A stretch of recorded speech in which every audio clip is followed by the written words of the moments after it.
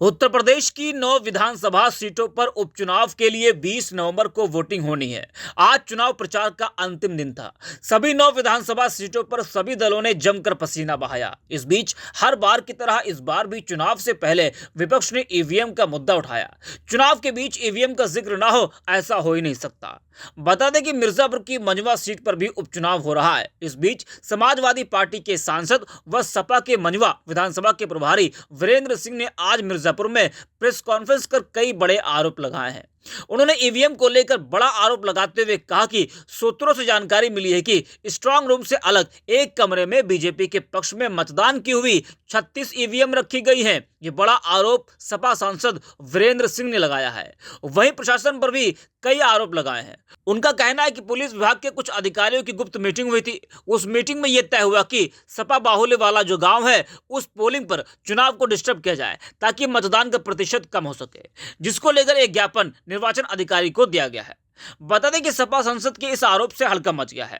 वैसे ऐसे आरोपों के जवाब में प्रशासन या चुनाव आयोग की जिम्मेदारी होती है कि वह इन तथ्यों की जांच कर निष्पक्षता की पुष्टि करे। यदि कोई अनियमितता पाई जाती है तो इसे तुरंत सुलझाने की आवश्यकता होती है ताकि मतदाताओं का विश्वास कायम रहे और चुनाव प्रक्रिया पर सवाल न उठे। अब सपा सांसद वीरेंद्र सिंह ने क्या कुछ कहा है वो भी आप सुनिए। देखिए, प्रेस वार्ता का उद्देश्य ये है कि लोगों को सूत्रों से पता चला कि कुछ ईवीएम, लगभग 36 ईवीएम स्ट्रांग रूम के बगल में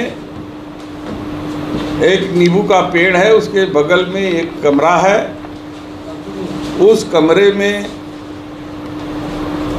रखा हुआ है जिसमें पूर्व से एक विशेष पार्टी के पक्ष में पड़ा हुआ मतदान है। उसमें हमने मांग किया है कि हमारी आशंका को निर्वाचन अधिकारी दूर करे।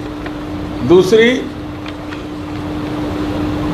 हमें यह भी पता चला कि कुछ चुनिंदा पुलिस के अधिकारियों की गोपनीय मीटिंग हुई और उस मीटिंग में यह तय किया गया कि जहां पर समाजवादी पार्टी के पक्ष की बाहुल्यता वाला गांव है, उस पोलिंग पर चुनाव को डिस्टर्ब किया जाए ताकि प्रतिशत जो है, मतदान का जो प्रतिशत है वो कम रहे।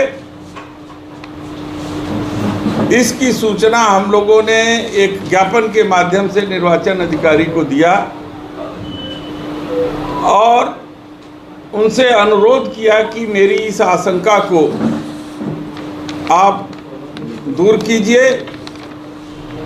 चूँकि 4 बजे के बाद हम लोग बाहर के हैं, हम लोग जिला के बाहर चले जाएंगे, इसलिए हमारे जो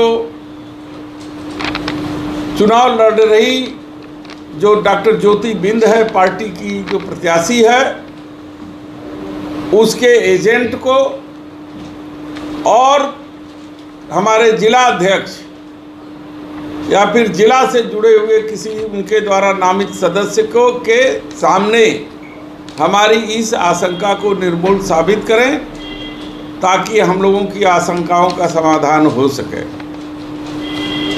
दूसरा, ये आशंका इसलिए बढ़ जा रही है कि एक युद्ध जिसे हम लोग बोटी युद्ध कह रहे हैं, इतिहास में दर्ज हो गया।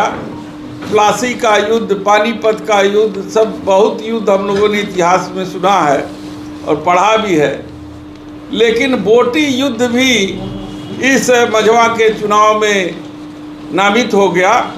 ये भी इतिहास में दर्ज होगा। और मैं बड़े लोगों के प्रतिनिधित्व करने वाली भारतीय जनता पार्टी से कहना चाहता हूं कि गरीब को रस्सा के सहारे मत रखिए, उसका अधिकार है बोटी पर भी।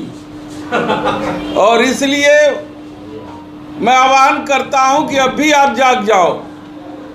पीडीए आपका मान सम्मान देगा। अब चुल्लू से पानी पिलाने लोगों के दिन लद गए। अब पीडीए समाज, कमजोर समाज साथ में बैठ करके एक तरफ नल्ली खाएगा और दूसरी तरफ आपके साथ गिलास में बैठ करके पानी पिएगा। अब चुल्लू से पानी नहीं पिएगा। इसलिए आह्वान किया गया है और मैं भी आह्वान करता हूं कि अभी भी समय है, आप पीडीए के साथ जुड़िए। पीडीए आपको मान सम्मान और आपके स्वाभिमान की रक्षा के लिए कृत संकल्प है और हम इसकी लड़ाई जारी रखेंगे 2027 तक और उसके आगे भी।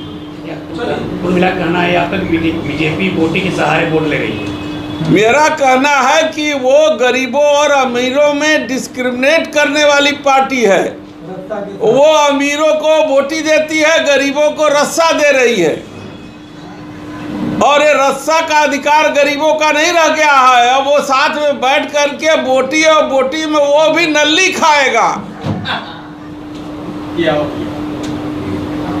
और सर जो अभी शिकायत की है, यदि आपका वो ईवीएम नहीं दिखाते तो आगे क्या रहेगा? देखिए, हमारी आशंका है, हमने आशंका इलेक्शन कमीशन से भी जाहिर कर दिया है और अपने निर्वाचन अधिकारी को भी अपनी आशंका से अवगत करा दिया है।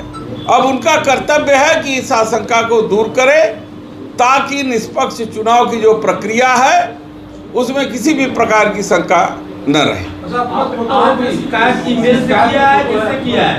ईवीएम कोई फोटो किससे किया है? ईमेल से भेजे हैं वहाँ पे निर्वाचन? हाँ, भेजे। कॉपी कहाँ है? वो मिल जाएगी। तो सुना आपने। बता दें कि विपक्षी दलों का आरोप अक्सर यही होता है कि जब वे चुनाव जीतने की स्थिति में होते हैं लेकिन परिणाम विपरीत आते हैं तो ईवीएम में गड़बड़ी या धांधली की संभावना पर सवाल उठने लगते हैं। हालांकि चुनाव आयोग और सरकार इन आरोपों का खंडन करते हुए यह दावा करता है कि ईवीएम पूरी तरह से सुरक्षित, विश्वसनीय और पारदर्शी है। बता दें कि उत्तर प्रदेश में 9 विधानसभा सीटों पर 20 नवंबर को उपचुनाव होंगे। भाजपा, सपा, कांग्रेस और बसपा के बीच जबरदस्त मुकाबला देखने को मिलेगा। सभी पार्टियों ने जमकर प्रचार प्रसार किया और आज चुनाव प्रचार का आखिरी दिन था। आखिरी दिन सभी दलों ने जमकर पसीना बहाया।